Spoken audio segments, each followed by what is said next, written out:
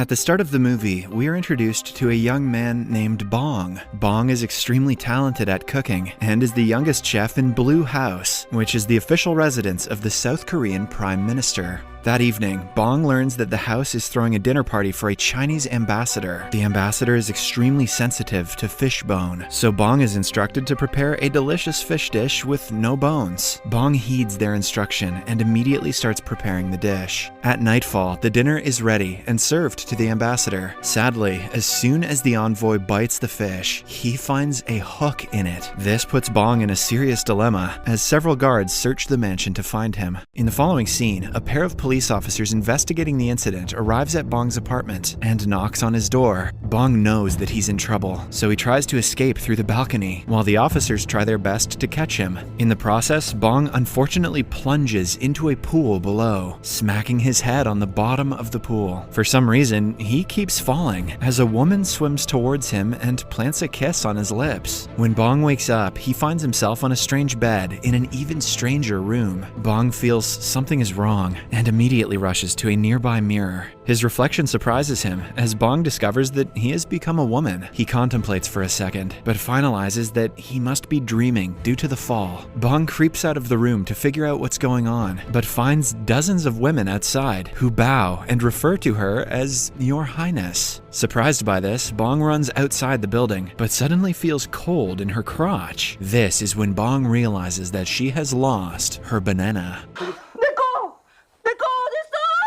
Bong is horrified by this and initially believes that she's been trafficked into a sex change operation. However, when she observes her surroundings, Bong discovers that she time traveled to the past. The realization causes her to go into shock, and she's eventually brought back to the palace. The next day, Bong wakes up and learns her current identity from a maid. It turns out that she time traveled to the Joseon dynasty in the year 1851. Moreover, she now lives inside the body of Kim So-young, a royal ward. To make matters worse, Bong discovers that Kim is scheduled to marry King Cheoljong and become queen in the next few days. The maid also explains that her body was found floating on a lake after an unknown accident occurred. Luckily, the guard found her and brought her back to the palace. Hearing this, Bong theorizes that both him and Kim's spirits must have switched and infers that the ticket back home is the lake. Bong asks the maid to lead him to the lake, as he plans to jump in and return to the present. Sadly, her plan to jump takes an unexpected turn, as she lands on muddy ground.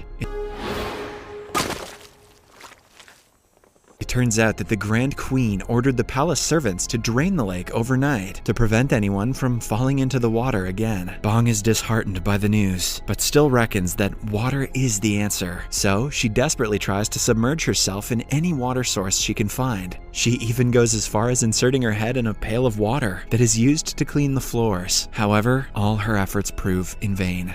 A few days later, the wedding day arrives. Bong is unaware of the dynasty's customs, but with the help of her handmaids, manages to complete the required wedding rites. That night, Bong, who is now queen, is invited to the king's chambers to sleep with him. Bong is horrified by the thought and offers the king some alcohol in hopes of him passing out. Fortunately, the king falls to sleep, much to Bong's relief. The following day, Bong wakes up with a hangover and is offered some food. However, she is disgusted by the soggy meal and passes a message to the royal chef to cook ramen instead. The chef is confused by the term, but tries to make the foreign meal based on Bong's instruction. The chef tries multiple times to make the dish, but Bong is dissatisfied with every attempt. The first dish is too healthy, while the subsequent dishes are too bland and spicy. Eventually, the chef becomes upset and gives up.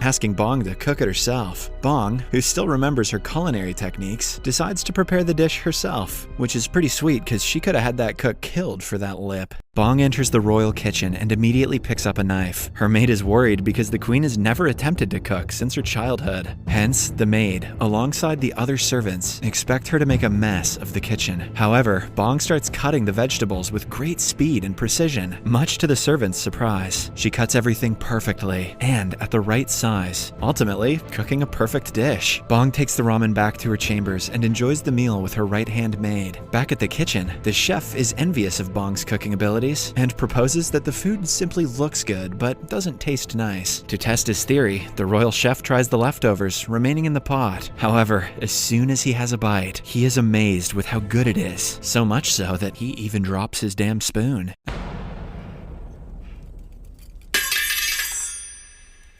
After the eventful encounter, Bong suddenly comes up with an idea. The new queen realizes that she can easily win over the royal family with her culinary skills. The lake was drained by the Grand Queen, so if Bong can please her with some food, she might agree to refill the lake. Bong instantly returns to the kitchen, but the jealous royal chef asserts his authority and refuses to let her inspect the food being served to the Grand Queen. Bong is pissed at this and challenges him to a speed cooking contest. The royal chef initially backs out from the fight, but accepts the challenge after Bong teases him. A servant rings a bell and the contest begins. The head chef takes his knife and viciously cuts a bunch of carrots. However, the queen's hands are faster and quickly cut some cucumbers with ease. After several minutes of cooking, Bong's dish is ready and she is the first to ring the bell, thus winning the contest. The royal chef is upset and argues that though speed is important, taste is the ultimate test of a chef. Confident, Bong agrees and requests the royal cuisine inspector to taste both dishes to see which is better. The inspector is fascinated by Bong's cuisine and declares it is the better dish, prompting her to take charge of the royal kitchen. Bong uses her newly acquired status to her advantage as she analyzes the Grand Queen's meals. Bong discovers from her food choices that the Grand Queen is a picky eater due to her recent development of toothache. Thus, Bong decides to make a meal with a soft texture for the aristocrat. Bong gets to work right away and begins making a potato porridge. First, she pours some milk into the pot and adds the right ingredients, as she occasionally tastes the mixture. Then the potatoes are eventually added to the pot, after which the dinner is served with some flour toppings for a cohesive presentation. Bong is pleased with the final product and delivers it to the Grand Queen herself. The queen greatly enjoys the meal, but highlights that the dish is not perfect as it arrived cold. The temperature change is caused by the perfectly mashed potatoes to lump, hence slightly altering the taste. Also, the porridge spilled on the sides of the plate also affected the presentation. Bong is distraught to hear this and sadly begins her trip back to the palace. While in her carriage, Bong brainstorms on the alternative means of delivering food to the Grand Queen. Shortly after, she comes up with a stellar idea. Bong sews a cloth and has her maid deliver the fabric alongside some instructions to the royal engineers. With Bong's direction, the engineers construct a special food delivery carriage that is properly insulated at all sides by the cloth. Meanwhile, Bong prepares an array of tasty meals and has the servants deliver them using the newly designed cabinet. The Grand Queen receives the meal hot and enjoys it, leaving no leftovers. Eventually, the engineers return to Bong and deliver the good news, as the invention is proven to be a success. A few days later, the king organizes a huge banquet and invites delegates from all over the country. Unfortunately, the cooks get sick on the banquet day, and the royal kitchen is short-staffed. Bong notices this and decides to help out. She disguises herself as a man to sneak out from the banquet and enters the kitchen. Bong discovers that the pantry is low on ingredients, as the groceries which were meant to be delivered that day didn't make it. With limited resources, Bong has no choice but to get creative. The queen, alongside her housemaids, prepares a simple but unique dish of potatoes. Bong peels and wraps the potato around a stick and deep fries it, making it crisp and crunchy. The guests are initially unhappy when they see the first dish, as they expect something classier for a royal banquet. However, as soon as they try the unique meal, their eyes shine in approval as they marvel at its taste, and thus fast food was born.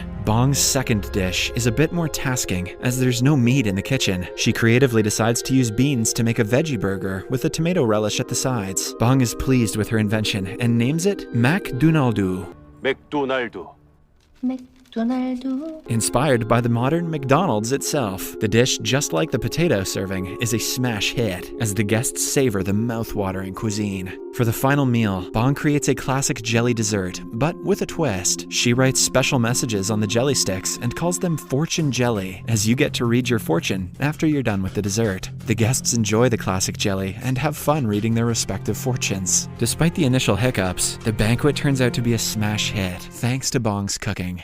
The Grand Queen, who also attended the banquet, is impressed by Bong's skills and finally asks her to make a request. Without any hesitation, Bong asks her to refill the lake. The Grand Queen grants her request and commands the servants to start working on the job. Sadly, as it is the 19th century, there are no advanced machines to aid this task. Hence, the servants can only transport water manually with wooden buckets. The process is unbelievably slow as the servants make a long trip from the town's well to the lake. Bong is annoyed by this and swiftly comes up with a new method. She asks each servant to stay at one spot and simply pass the bucket from one person to the other. The people are pleased with the system as it makes the job easier and faster. They all continue the task and work on it patiently, while Bong oversees the lengthy process. Several days pass, but the lake is yet to fill. Bong soon gets tired of waiting and becomes desperate. Luckily, a heavy downfall begins, which slowly but gradually waters the lake. Bong is overjoyed by the weather change and dances ecstatically under the rain.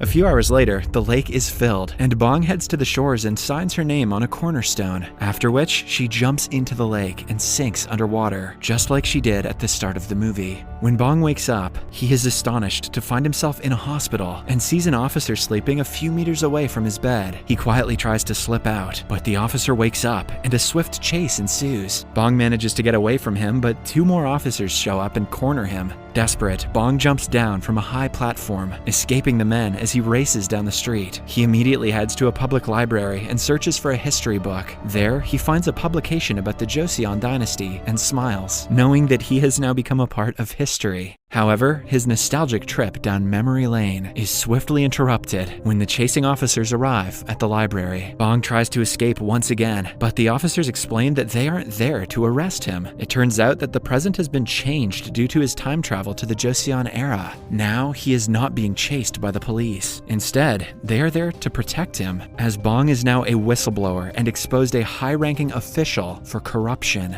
Bong rushes to a nearby computer and searches the web to confirm their claims. Soon after, he discovers that they are telling the truth, as history and the present world has indeed changed. The movie ends with Bong standing on a street as he relays a positive message on how a small change in the past can greatly affect the future. Also, the life lesson that meals are always better with Bong. Subscribe for more videos like this, turn on notifications, and leave a like to help the channel out. Thank you for watching.